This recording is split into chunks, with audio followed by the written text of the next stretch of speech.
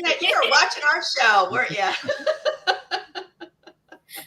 Hi, everybody. Welcome to the show. It's Friday, and you know what time it is. It's time to have fun with J&J. We are here. We're so excited. Gosh, that went off without a hitch. I think we're getting good at this stuff. This. I know. I don't know. I'm scared, but wait till we do the new platform.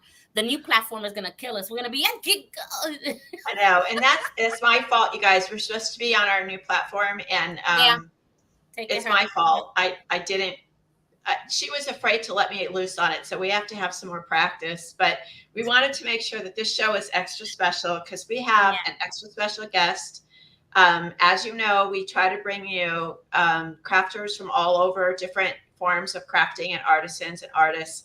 And we were just telling David, who's our special guest, that I don't always know who's on the show.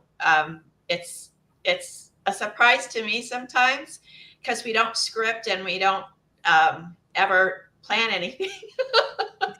But I was putting together David's work, and as a crafter, as a person who has embroidered and crocheted and knitted and tatted and quilted and done every kind of textile craft you can imagine, I was completely floored. I've been yapping at him for the last 20 minutes. That don't happen often. I know, nag. But he is here with us. His name is David Poyant, and he is an embroidery and thread artist. If you saw just a brief snippet on his the screen of what his work is, those are not photographs, people. Those are not AI.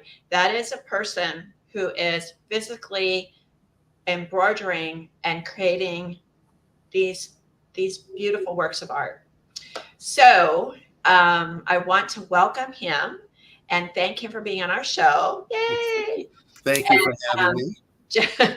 Jeanette is going to, I'm Jenny, by the way. I expect y'all to know me by now. Like, my name is right there, but I'm Jenny.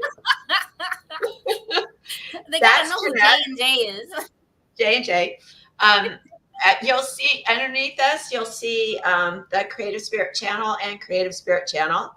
This is our new, it is not a YouTube channel. It is a Roku TV, Fire TV, 24/7 crafting show.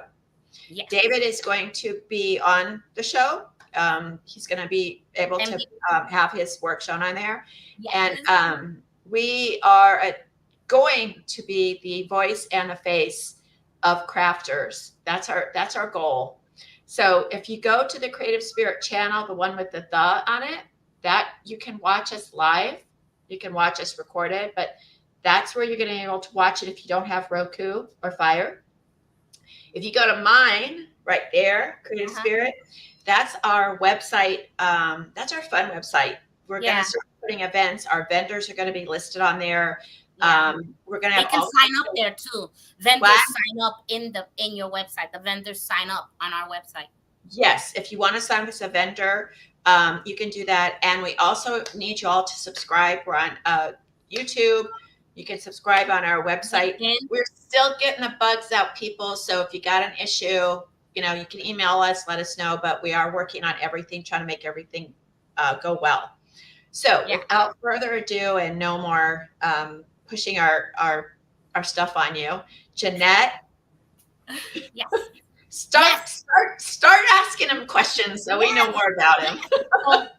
I met beautiful David Poyant, right? That's how you pronounce your name, Poyant? Yes. I met him on our favorite platform, Alignable. And we're gonna have a surprise next week. But anyway, so I met him, and he said that I forced him. Did I really force him? Anyway, it was terrible. Oh my gosh, it was rough. Anyway, so I fell in love with his work, as Jenny did yesterday, and I've been in love with his work. And he told me from the moment he met me, he goes, I do this and this. And I said, really? And I saw his interview. He has a lot of stuff. The one that's on TV now is the one where he got interviewed. What the one that you sent me, that video was when? It was New Bedford Light. I've done two pieces with them right now, and the Rhode Island high school over here has a TV channel that I was interviewed for that. But I believe the one that you saw was New Bedford Light. Okay. And tell me, David, I know you have a great story of how you started doing this. Can you please tell us from the beginning, how did you start? Well, actually, I only started doing embroidery 3 years ago. You know, I joke around. I say this is what COVID did to me.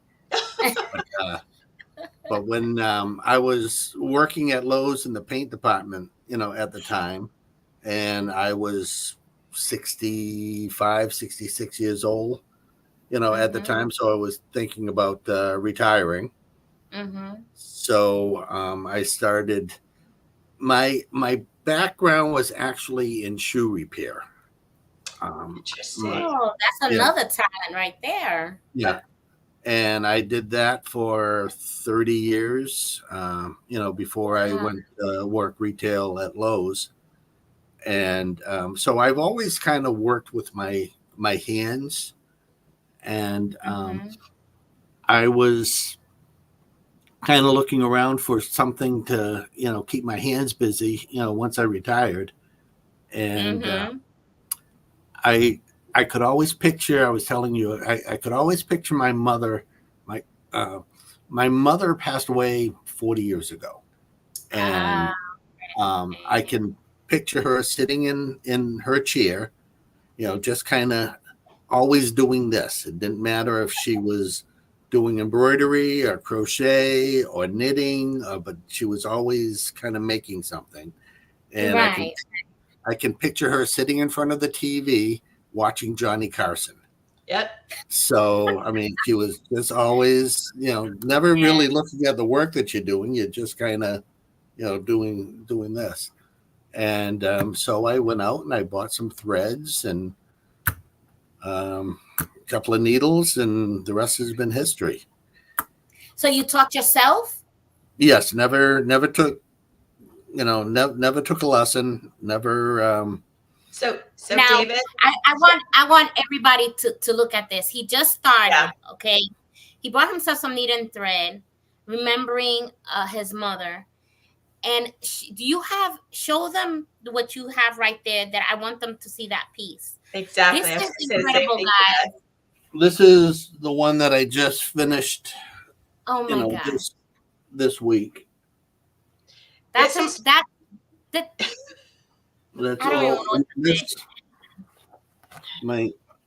the back. That's the back of the piece.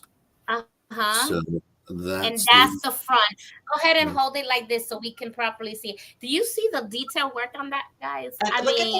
Look at the colors and how it is absolutely gorgeous. Amazing. It's gorgeous. That is beautiful. And then the other one, show the other one, because the other one I love too. They're such different pieces. Yeah. You know, this is threading, guys. Yeah. This is thread, like sewing. That's amazing. Oh, look at that tree and colors. It looks like it's dancing. It's like somebody's got it, right? It was like somebody's like this. Oh my gosh, that's gorgeous. So how many pieces? So how many pieces do you have? Like finished pieces? Right now, probably 15 that I have in the house right now. When I was in my giving them away phase at the very beginning, because I really didn't know, you know, how good they were.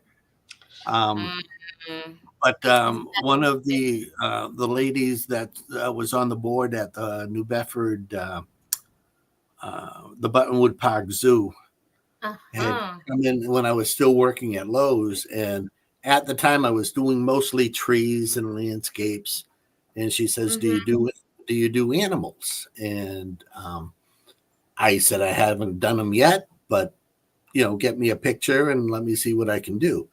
So I've ended up doing about 8 pieces for the zoo that they've been using for fundraisers. So you're at what zoo are you located at?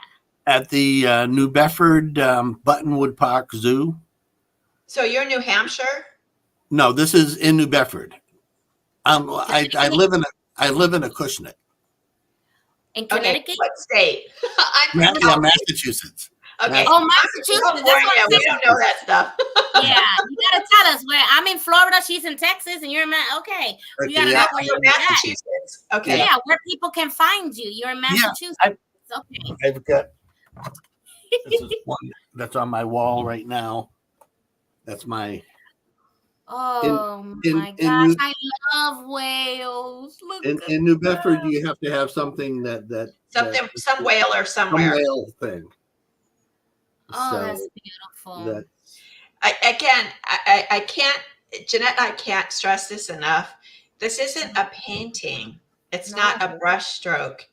It's threads. So when you're talking about, any artist has to look at dark and light, abstract, color combinations, how to create shadow, how to create the whale, the body of the whale, how it's different. This isn't done with a paintbrush and paint. It's done with thread. And if anybody has ever needle pointed or embroidered, this is so off the scale. I'm sorry, it's so off the scale. Well, thanks. It's funny because especially people like yourself that know what you're talking about, type thing. When I went into the New Bedford Art Museum, and Suzanne was telling one of a friend of hers that happened to be at the museum at the time, and went into all the details of what was in my mind when I was painting, when I was doing the thread painting and all that stuff. I had no idea what she was talking about. Wow. Because I just kind of look at it and I see what I see, type thing. So, I never took a class. See, you translate it from here. Yeah. Here to the canvas. Oh, question: do you use like a needlepoint canvas, or do you use what's your? Well, it's artist canvas. It is artist canvas, which is different. Which is very expensive too. But I mean, for me, it's thicker. But you got to remember, I used to stitch through leather. Leather. So his hands are ready. Yeah. So this is easier than trying to do the leather work. No joke. I can't imagine. Did you wear some thumb, like, what do they call it? Thumb things? Yeah. No. Just it's that's it. Yeah. I can't use that thimble either. I can't use that thimble. Man, put me on a thimble. I'm like, ow. So I know you got. I don't know. I can't do that. No, I'm sorry. No, we've got a response. We've got a comment just that went wow. Yeah. Yeah. It's a wow thing. I mean, it's a wow. I'll show you what's been my. They're so funny. My favorite. Oh my goodness. Gosh. Oh my goodness. And do you see the boy in the tree? I see the boy. Yeah. I see the boy in the tree. Okay, David, you know what I just see right now? I know this is so wonky, people. Can you imagine that as a puzzle? Oh yeah. Can you imagine that as a 1,000-piece puzzle with that tree? Yeah. Oh yeah. I mean that. I don't know if they'd ever be able to put it back together. If you're wondering what I'm doing, I'm grabbing my notebook so I can write. She's writing. I'm writing. So, David, when you're looking at your canvas, and you're deciding what you want to create, is this something that do you see something Like most people would say you're copying something, or you're getting, where's your inspiration coming no, from? I actually use, when, during the first 2 years of it, there's a website called Unsplash, and it's photographers from all over the world, and they give you free access to their to their photos, so you can do whatever you want. So I was going on Unsplash, finding a photo that I liked. The one that I just showed you was one from Unsplash. And, but now with AI, you can go on AI and tell it, this one here, I'm taking all the pictures off of my wall. Off your wall. Yeah. I told it, I wanted a boy, in a very colorful, forest. And so he did like Chat GPT. He told him what he wanted. He downloaded, and then he created that. That is amazing. Yeah. Amazing. That is such a great idea. So I'm using I'm using AI to help me generate, the pictures and that stuff. And I know there's been a little bit of a controversy, basically saying you're not supposed to use AI for original artwork, but I've been checking out with not if you tell it. Yeah, but it's kind of different. It's totally different because you're telling AI what you want. AI is telling you and making it, and you're doing all the embroidery. You're basically asking it to give you a pattern. Right. Yeah. So it's not any different than us buying a pattern and to make a dress or whatever, and then the skill comes from, which is really hard. If people don't know, some people think that it's really easy to become an artist, that you copy another person. It's really difficult to copy another person. Yeah. And so even if you create an image and you do it out of whole cloth, if you give it to another artist, it's really difficult for that other artist, because you have your own ingrams, you have your own part of it. Right. So what David is doing is he is creating what he wants to make with AI, but it's still his skill that is turning that into another piece of artwork, which is very difficult. It's easier to make something out of whole cloth than it is to copy. And I don't believe that, but it is. Yeah, isn't it your decision how the thread goes? I heard it in your interview. You decide. Go ahead. You say it better. What is? Well, I mean, when I'm looking at a picture like that, if you don't mind me standing up again, I can kind of show you. It's gonna show you another thing. We're taking all his pictures. The piece that I showed you earlier from the Masai piece, right? I'm doing a series on this one here, and this is the second piece that I'm working. And on this on this one, I'm using just strictly metallic threads. So it really, the thread just kind of jumps out at you. And, oh my gosh. But if you look real close, like say in the animals over here, I can actually I can see lines with different colors. Yeah. Yes. With different colors. So I know, I can change the directions, but to catch the body right, I can see I've got to stitch this way. So the picture itself tells me which way I should be stitching.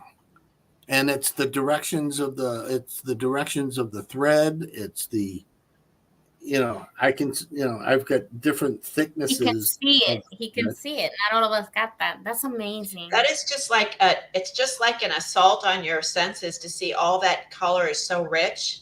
Yeah. And it's just so vibrant. Yeah, David, I'm sorry, I'm still going on, but fabric design. Hey, I love to hear it. So, you're stroking my ego there. Oh my goodness! But we give credit where credit is due, okay? And that is absolutely gorgeous. It really is. Again, I always love when artists are like, so we talk about, oh well, we just did this, and it's just that. What a nice compliment. It comes so naturally to him, and we're like, it's like people are answering. They're looking at you. They are. It's just something that I guess other artists and other crafters will, and this is what we like to see, because people think that only certain people can create art, and we don't realize how many people out there, just regular people like us, have such brilliance, and we don't always get to have it shown in the public. And I'll be the first one to say, I never expected a man to be doing embroidery. I'm just saying. I mean, I've never seen it. You're my first, David. I've heard that a lot. I've heard that a lot. Did you get people call me old granny? My wife tells me that I'm turning into my mother. So. Yeah. And I told him his mother must be a very gifted and talented woman, because, well, honestly, I loved my shoe guy that used to fix my boots. I had a pair of boots that I loved, and that man kept them going for 10 years. And people don't realize that, because they don't get their shoes fixed anymore. That's an art in itself. So, but the difference between fixing a boot and doing what you do is I blah. Here's another comment. He is simply amazing. Simply amazing. Thank you very much. Loves. And so do you do other art shows, or Well, I've done Fairhaven, which is a town right next to us over here, had a one-day fair, and basically I just put my pieces out there, and I brought the piece that I was working on the tree, at the time. So I just kind of I just sat there all day and I did this, and people loved it. But what I was telling you before about where my anxiety is, I'll spend, especially the newer pieces, I'll spend 40 to 60 hours, working on the piece. And when I was still at Lowe's, a lady came in and she did internet marketing for artists. So, I says, okay, fine. My wife thought they were worth about $25 a piece. And, so I said, what do you charge for something like this? And she says, well, you start, she says, where your quality is right now. And that was 3 years ago, because you start at $100 an hour and go up from there. And I said, so, at the time I was spending like 20 hours on a piece. So I said, so you're telling me I should be trying to sell this for, $2,000. And she said, yes. And she says, and like I said, you go up from there. The market in the New Bedford area would never cover, trying to sell it, at that stuff. So it's anywhere between $25 and $2,000. It's like, where do you go? Wow. Like I said, you're going to have to find that Medium. sweet spot, and find people that are willing to buy the originals. But again, get the market for the prints. Well, I've sold, since the showing at the New Bedford Art Museum, I've sold 5 pieces. So 4 of them sold, just over $500, and the other one, Somebody said and then $200. Yeah. one one of them sold for $12.50. So, like I said, so it's stepping up, but like I said, the 200 is very low right now. Right. Okay. For where the pieces are. We're gonna. I know Jeanette's looking at me. She's pointing at me. David, I honestly think that you can build a brand, Mm-hmm. and you can market other products so that you can do your custom work and get yourself out there so that the market will support your hard work on this end where you're doing the actual threading master pieces, and then other people will. You're going to do a sub market where you're going to be able to sell the prints, the merchandise with your stuff on it, which will give you another level so people can be aware of your work. Mm-hmm. So once you get the brand started, we're going to talk to you about that. But Jeanette is ready. We need more time. I want more time. You get 2 more minutes. That's it. All the time you want. Tell us where they can find you. Yes. My website is davidpoyantembroidery.com. That's where my website is. Embroidery.com. And you can reach me at 508-985-3033. I can, I can do custom pieces for anybody that's looking for anything in particular. But like I was saying, a piece will take me, and depending on the size of the piece, the pieces that I've been doing now have been like 18 by 18. Mm-hmm. And those are taking me, anywhere between 40 and 60 hours, to complete. I believe it. So, it the stuff that I have on the wall, it's ready to ship now, but the other, if you wanted a custom piece, it's going to take some time to get it. Yeah, I can imagine. All the crafters, we have to notice that it does take time to take just one piece of artwork, but it's quality artwork. Yeah. It's not good, it's going to be with you forever and ever. Now, let me ask you something. You do names too? Like if they wanted the picture and then they want a name in the bottom in the corner, you do that too? I can. Okay. I've never, the pieces, I mean, I don't want to talk against, the normal embroidery that are, that are in the hoops and that has the names on it and all that stuff. That's really not the stuff that I do. Okay. The stuff that I do is more art. on a portrait, type situation. Okay, no problem. Well, it's about that time now. Okay, Jenny. Okay, she wanted me to say that. It's about that time. Yeah. All right. So, as you know, I always come in with the word of encouragement of what the Lord has to tell us. So today was knowledge can be dangerous. It comes from 1 Corinthians 2:2. And for I determined not to know anything among you save Jesus Christ and him crucified. Okay, but it says here, sometimes the more knowledge we accumulate, the more problems we create. Often we plot and scheme and fragile to discover things that will be better left alone. You know who I'm looking at, right? I know about that. Have you ever schemed to find out something that was going on, and then when you did discover it, you surely wish you had stayed out of it? That is why Paul said that he had determined to know nothing but Jesus Christ and him crucified. Sometimes the more I think I know, the harder it is to follow God, because you think you know everything. So it can be dangerous. Too much knowledge can be dangerous. And Jenny has it in a positive way.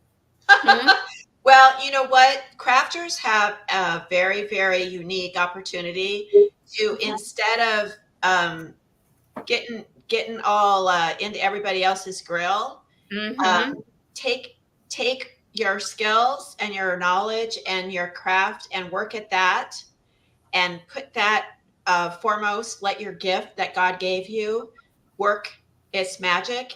And it's funny what David's mother said about idle hands. Isn't that a Bible yes reference? Idle hands ain't nothing but the devil. That's right. So we got a question here. Yes.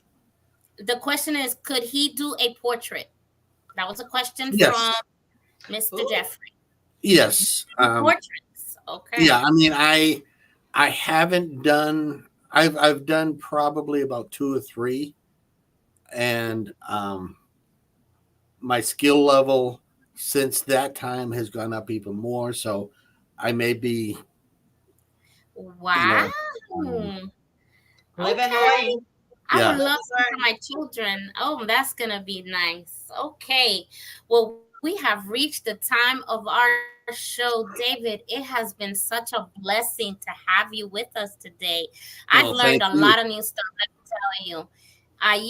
It is just amazing. I'm speechless. I usually talk and speak a lot, and I'm just like this today. Like, I can't say anything about that. I mean, it's beautiful. It's hard work, and Thank you. It's just beautiful. And I'm sure, and you can find him now. He is a vendor with the creative spirit. He is with us. He will show you more videos. He will make some more fun for us to see. And we will give him ideas and guide him. So I just cannot wait to see his work as he is with us and grows. And with that, Jenny, what do you say? I don't know. So we're going to show our commercial. What do we want to do? We're going to show the commercial. Show the creative spirit, and then we show our exit, and then y'all going to see us next week. How's that? Yes, we'll see you next week, and thank you for joining us. Share. Let us know. Share with the people, pair it with your friends, tell everybody about us, and let's just share this lovely man's work all around the world, okay? All right. Amen. Awesome. Thank you. Thanks, David. Here we go. Okay.